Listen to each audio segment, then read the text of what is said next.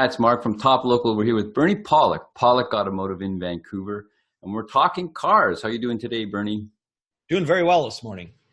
So Hyundai and Kia, we've spoken about this before. They have a pretty massive engine recall in, I probably bet it's worldwide, but I know for sure it's North America. And CBC, Go Public show, just did a big program about this, talking about Hyundai and Kia's engine problems. Do you have any new thoughts about this situation based on the program? Well, it's obvious that Hyundai and Kia are not doing a very good job of satisfying their customers because now, of course, there's a huge Go Public show and their class action lawsuits are in full force. So there's a definite problem, huge, and a lot of unsatisfied customers.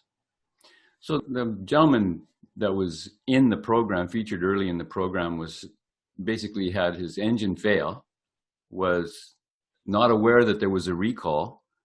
The repair shop that he went to offered him a used engine to be put in, and after paying for it out of pocket and getting the new engine in, which was not cheap, then that engine failed. And Hyundai, now that there's a recall, says they're not paying for anything.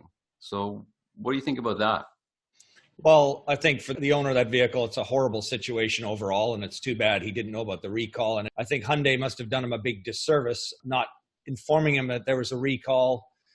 I mean, I just find that just incredibly slimy, and why people hate dealerships and why it's probably actually good for my world being in the independent auto repair shop business. But I do have to say that, for this owner, he made a choice based on finances, that a used engine would be a better option financially. But I would never put a used engine in a vehicle that has a recall or a problematic engine. Like, I'm always very cautious when we put used engines in vehicles to find out what's the track record of the engine. Recently we had a Toyota Echo we did an engine job on. Toyota Echo, nothing ever goes wrong with those engines. This vehicle had about 350,000 kilometers. The owner loves the vehicle. The engine wore out. We got a nice low mileage engine. To me, that's a good deal. But when you get something like a Kia, which has a reputation, Kia or Hyundai with a reputation recall, on an engine that blows up, that shop should never even given that customer the option. Said, look, we don't want to do this because it's too risky. Short of dismantling the engine, maybe looking at it. But then by the time you do that, the economics of changing the used engine are kind of out the window. So, I mean, unfortunately, that's the choice he made. And unfortunately, Hyundai's not stepping up to the plate because they really should maybe not compensate him for the used engine because they never sold that to him, but at least, get him a proper engine in his car that should have been done in the first place. So what about Hyundai claim? They've come back and why they're denying his recall, paying for the first engine essentially, because he didn't do proper oil changes or could not prove possibly he did his own oil changes. What do you think about that? Well, I would say under a warranty situation, covered by the vehicle's warranty, they have every right to demand that oil changes are done properly with the proper oils at the proper intervals. I mean, that's proper maintenance on a vehicle. It's not just about dealerships or the auto repair industry, trying to get money out of people. I mean, it's a machine. It needs proper maintenance. So, to me, that's a very legitimate thing to claim, but this is a recall. This is a different situation. It's a known manufacturing defect. And I would think that they don't actually have the right to demand that. I don't know. I'm not a lawyer. I tried looking up some details on it. I wasn't able to find anything, so don't quote me on it. But I think, this is why there's a class action lawsuit, because they're obviously not satisfying their customers in ways that they could be. And doing things like this is just, will this guy ever buy another Kia or Hyundai product? No. Will he ever tell anyone to buy one? No. So, they're just wrecking their own reputation along the way. But I can't say enough of how important it is. We've talked a lot on our program about how important it is to change your oil at regular intervals. Hyundai claims, every 12,000 kilometers, which to me is probably at the very edge of the limit of how often you want to change oil in a car like that, because leaving it too long just starts causing engine damage. But again, in this case, it's a recall for a known manufacturing defect. So I think it's a different situation. So what about the slow delivery of the recall notice? I don't know what to say. That's just, again, it's just foot dragging and really bad customer service. I haven't actually listened to the article. I've only read the transcript of it, and they have quotes. From someone who says they just don't care. It's really, the truth is they just don't care is what I get out of it. So they also speak about a couple with a 2013 Kia that had a similar engine explosion, essentially destroying the engine, but it's not covered by a recall because the engine's different, and Kia claims that it doesn't have the same issue, and yet it actually responded the same way as the later engines are destroying themselves. What's that all about? Well, I think there's millions and millions of dollars at stake here, and I think they just want to, cover themselves, not pay any more money than they have to. So, they've identified some as being problematic, and I guess they found others that supposedly aren't. But again, when something like this happens, and if it happens to enough vehicles with that same engine, perhaps they haven't cast the net wide enough to actually bring in the problematic engine. So I can't say for sure. I mean, it could be for those people. It could be a one-off issue. I mean, engines do have bearing wear and throw rods, and it's possible. It doesn't say anything about their maintenance, so I don't want to say anything. They've been very excellent maintenance customers, and occasionally something bad will happen. But if this is starting to happen on these other engines, of course there should be a recall on that too, because the problem is wider than they think. But audio manufacturers, I mean, we've just seen it with Volkswagen with Dieselgate and the things that they did to cover up what they were doing, or even the Ford Pinto. I mean, apparently that fix for the Ford Pinto was a $3 metal ring around the gas tank filler. And yet, when they were manufacturing, they actually knew it. And they didn't do it. I mean, think like human lives. People died, and people said, it's $3, too much money over a million cars. So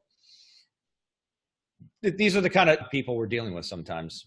Yeah, and the actuarial decisions of a few lawsuits is cheaper than us actually fixing everything. So one of the things they mentioned in the article, and that we talked about before, was that there might be metal filings left over from the manufacturing process in the engines, and that's what's causing these failures. What do you think happens with these engines that they fail so frequently? I actually haven't seen one or taken one apart, so I haven't seen it firsthand, but there seems to be basically 3 recalls with Hyundai, 3 major issues that are going on. And one of them, these engines just starting to knock suddenly and then basically blowing apart. They throw a rod, the connecting rod in the engine, the bearing wears out, and it basically throws the rod through the side of the engine. That's what the hole's all about. So anyways, the claim is that some metal filings or some material were left behind in the manufacturing process, and that gets into the bearings. I mean, these are very precision fit parts, and it gets into the bearings, wears them out.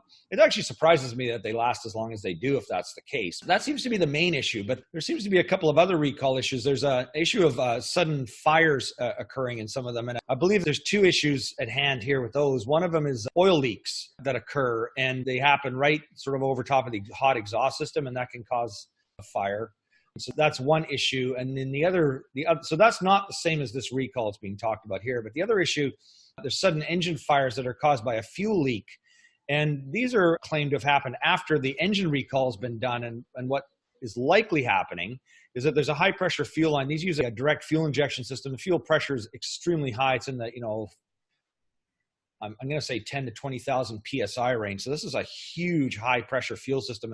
And the slightest amount of leakage, especially under high pressure, can cause the fuel to combust. So that's an issue. I think that there's a fuel line. A lot of times when you do a service on vehicles with direct fuel injection, there's certain lines that are supposed to be replaced because they're just a one-time use. They can't be torqued down properly again or be reliable. So I believe what's happening is they don't replace the line, and then that causes a leak. So that's sort of the 3rd recall. Again, they're not applicable to all the vehicles, but those are kind of the 3 things that Hyundai and Kia are playing with right now. I bet they can't wait for electric vehicles to come along soon enough.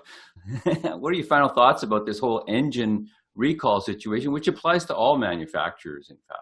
Yeah, I mean, it's just a sign of, it's just poorly handled situation. And like you're saying, the actuary, someone looks at it and goes, well, it's cheaper for us to do this. And, I've just seen it over the years, so many things. I mean, I'm surprised sometimes that Ford's still in business with, some of the engines they built. I mean, they built some good cars, and they built some real garbage, and they seem to have somehow just survived, some way. But, my final thought is, this is really bad PR for Hyundai and Kia, bad customer care. And, you pay for it in the end. If you take care of your customers, they'll come back. If you don't, they'll go elsewhere. There's lots of competition in the car world, so people will be going elsewhere. So there you go. If you've got issues with your Hyundai or Kia in Vancouver, the guys to see are Pawlik Automotive. They'll look after you. They'll give you the honest truth, and they'll fix your vehicles and do it properly. You can reach them at 604-327-7112 to book your appointment. You have to call and book ahead. They're always busy. Check out their website, pawlikautomotive.com. There's hundreds, over 600 articles on there about all makes and models and types of repairs. Over 300 videos on our YouTube channel, Pawlik Auto Repair. Check it out. And of course, we really appreciate you watching the podcast, listening to the videos, watching the videos. Leave us a thumbs up or leave us a good review on iTunes. We really appreciate it. Thanks, Bernie. Thanks, Mark. Thanks for watching and listening. We really appreciate it.